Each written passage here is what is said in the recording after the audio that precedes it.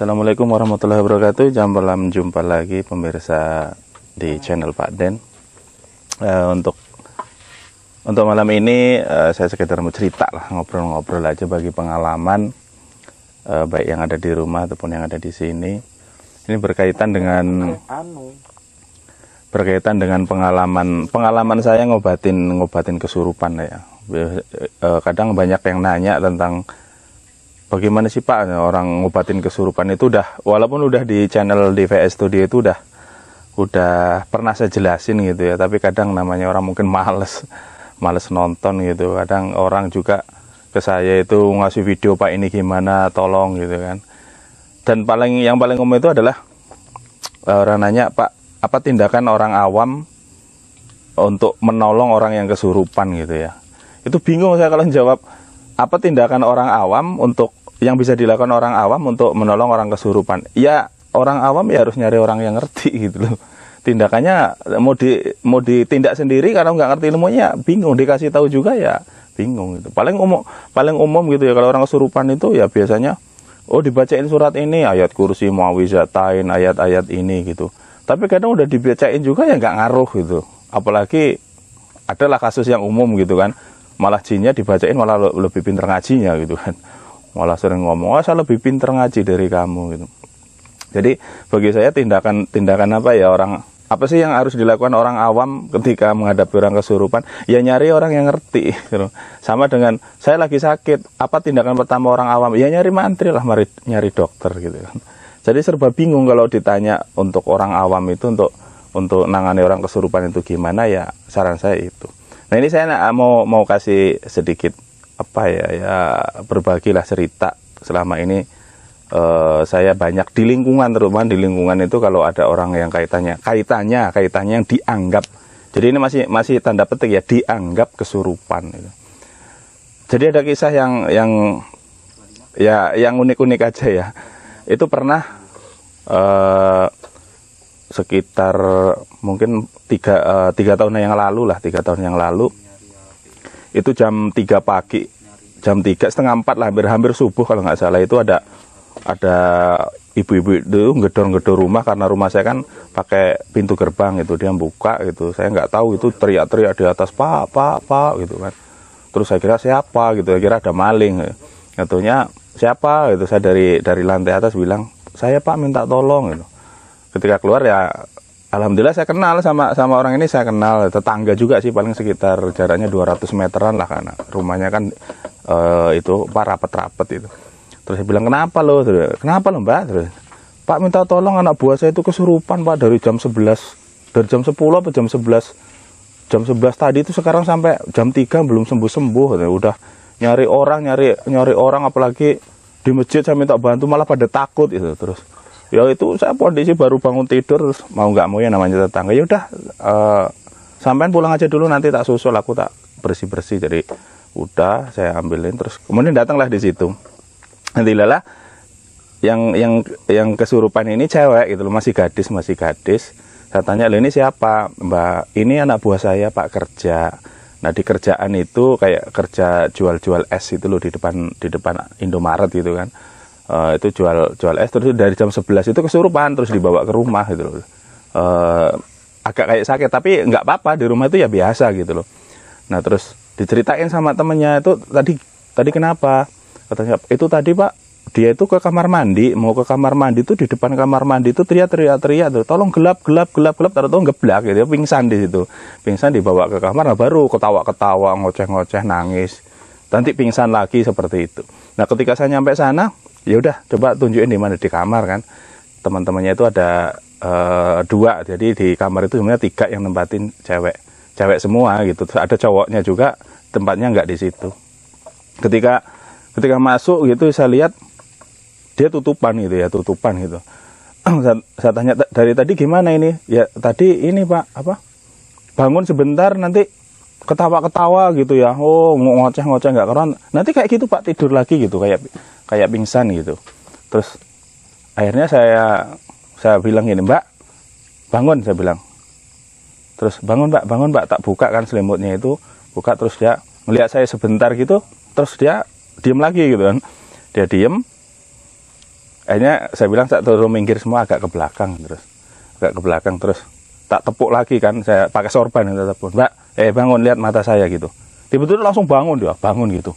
Dia kayak orang bingung, tengok. Dia nanya saya, ada apa ya Om? Gitu. Enggak, kamu dari tadi tidur di situ sakit? Enggak, tahu-tahu langsung geblak lagi. Saya pikir ini ada yang aneh gitu ya, ada yang aneh. Terus saya bilang sama Mbak yang majikannya ini, Mbak, ini kayaknya anak ini biasa nih kesurupan ini, bukan cuma sekali ini. Atau, iya Pak, katanya di kampungnya itu sering. Udah kelihatan ini, itu sering kayak gini. Yang saya lihat itu di kupingnya itu kerasa aneh itu, kupingnya itu perasaan saya itu aneh, di batin saya aneh. Nah terus kayak gitu, terus tak tepuk lagi, ayo bangun kamu, kalau nggak mau bangun nanti tak siram air gitu. Terus dia nggak mau bangun. Nah terus yang lainnya itu kan yang nungguin tuh keluar gitu, keluar. Saya bilang jangan keluar, tungguin saya di sini, saya nggak mau sendirian gitu di kamar berdua itu. Nah si cewek itu tiba-tiba itu buka selimutnya itu dibuka seret gitu, jadi kelihatan dadanya. Ya maafnya ngomong masih pakai daleman gitu, kelihatan dadanya. Tak tutup lagi sampai udah buka lagi. Terus saya pikir ngaco, kamu mau ngerjain saya gitu. Tak tutup lagi gitu. Dibuka lagi, sengaja pengen nampain badan. Lah untung kalau nggak sampai ke bawah tuh tak tarik kan, sampai ke bawah itu memang dia cuma pakai celana dalam gitu kan. Pokoknya ini pakai celana dalam itu sengaja dibuka. Saya mikir, ini kayak gitu. Oh, ini mau ngerjain saya gitu. Maksudnya mau ngerjain saya agar saya itu nggak konsen gitu. Saya paham, terus saya bilang, saya paham kamu itu maksudnya apa kayak gitu. Saya nggak ngomong sama si cewek ini, ngomong yang ada di dalam tubuhnya itu. Terus akhirnya tak keplak gitu ya, pluak gitu kan, terus keluar kamu terus kupingnya itu tak tarik, ambil gitu, baru dia bangun. Baru dia kan pelongo gitu ya, pelongo. Saya kenapa? Enggak kenapa. Kok ramai amat di sini kayak gitu. Tuh, geblak lagi kayak gitu. Ketawa gitu, langsung ambil air, tak ambilin air, tak baca gitu, tak siramin ke mukanya gitu, baru dia bangun lagi, tak tepuk, tak suruh, Mbak muntahin, udah muntah gitu, baru langsung dia sadar, ngomong temannya, ada apa sih kok rame-rame di kamar saya? Terus saya bilang, enggak, kamu tadi pingsan, terus, belum makan ya? Kata dia, iya Pak, iya Om, saya belum makan. Ya udah makan sekarang itu, dibeliin nasi bungkus. Terus ini saya keluar, sudah keluar, terus ngobrol tak dengerin. Mbak tadi ada apa sih kok ada Pak Ustadz itu masuk ke sini gitu. Kan aku malu ini terus. Enggak, kamu tuh tadi pingsan makanya pada bingung gitu. Ya udah tak tungguin, saya bilang sama itu, Mbak, udah sembuh kok. Katanya, Pak nanti kumat lagi enggak? Saya bilang enggak kumat. Terus saya tanya, itu ada apa Pak aslinya?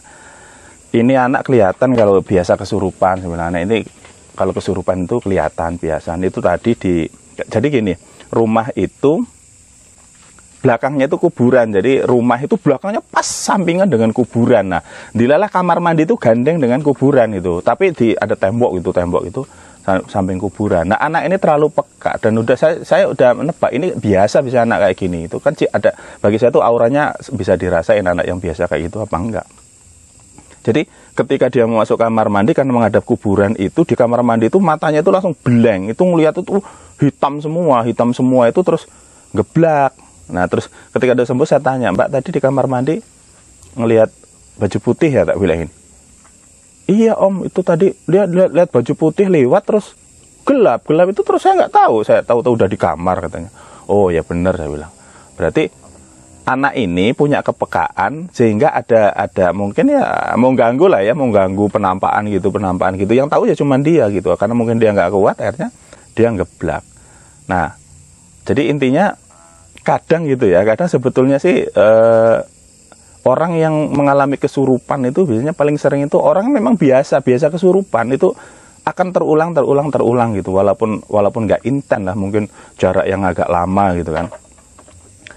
Terus ketika kita ngobati, terutama seperti saya ini, kadang ada saja gangguannya itu ya seperti tadi saya misalkan saya ini ngobatin cuman sendirian di kamar itu, ditinggal semua, ya jadi fitnah kan nantinya. Ya itu tadi, itu jin yang masuk dan itu tuh sengaja benar mau membuang konsen saya dan pola cara berpikir saya, nafsu itu ya bajunya dibuka gitu, maksudnya selimut udah tahu gitu lagi. Ya tak akui lah, namanya cewek cantik, montok lagi kan. Saya pikir ini anak sengaja bener itu. Tapi bukan anak itu nggak sadar gitu. Saya tutup dibuka lagi, saya tutup dibuka lagi. Saya pikir wah ini untung saya nggak cabul. Kalau cabul tak suruh pergi semua, tak kerjain. Makanya saya nggak mau kalau sudah ngobatin kayak gitu, saya bilang Mbak temenin saya, jangan ada yang ninggalin. Saya nggak mau ditinggalin di kamar itu sendirian, itu nggak mau. Harus ada yang liatin, saya bilang. Harus ada yang ngeliatin. Tadinya kan temennya nggak mau ngeliat gitu kan, takut apa gimana. Nggak usah, nggak apa-apa. Ya takutnya fitnah itu tadi. Ya gangguannya macam-macam. Kadang kita sebagai laki-laki itu mungkin tahu dianggap kelemahannya itu kayak gitu biar nggak konsen bacanya, nggak bener gitu. Saya nggak perlu baca bacaan yang panjang, cuma tak kirim muawizatain di air itu. Nah, jadi itu pengalaman saya ngobatin orang kesurupan yang benar-benar saya merasakan itu kesurupan benar, karena nggak selamanya kesurupan itu kesurupan yang benar-benar kesurupan itu nggak selamanya seperti itu, karena ada hal-hal lain. Jadi ya intinya di kasus yang ini tuh ya ada saya anggap ya agak unik lah. Uniknya itu ya seorang perempuan cewek gitu ya mau diobatin tuh malah nantang, dalam arti bukan nantang berantem, nantang diajak apa ya, memancing syahwat lah ya, memancing syahwat terus kemudian yaitu dengan badannya yang bagus seksi gitu, dia sengaja benar memperlihatkan ke saya, tapi saya karena saya paham cara-cara pola-pola jin itu dikit-dikit paham, saya bilang alah kamu itu mengganggu saya paham. Jadi yang masuk itu ke kupingnya itu ya perempuan itu, yang salah itu sosok perempuan itu masuk itu tak gebrak itu ya tak suruh keluar gitu ya. Alhamdulillah habis itu terus ya sembuh gitu ya, sembuh. Sampai esok saya tanya sama gimana Pak, enggak udah sembuh kok Pak, enggak apa-apa. Ya udah alhamdulillah.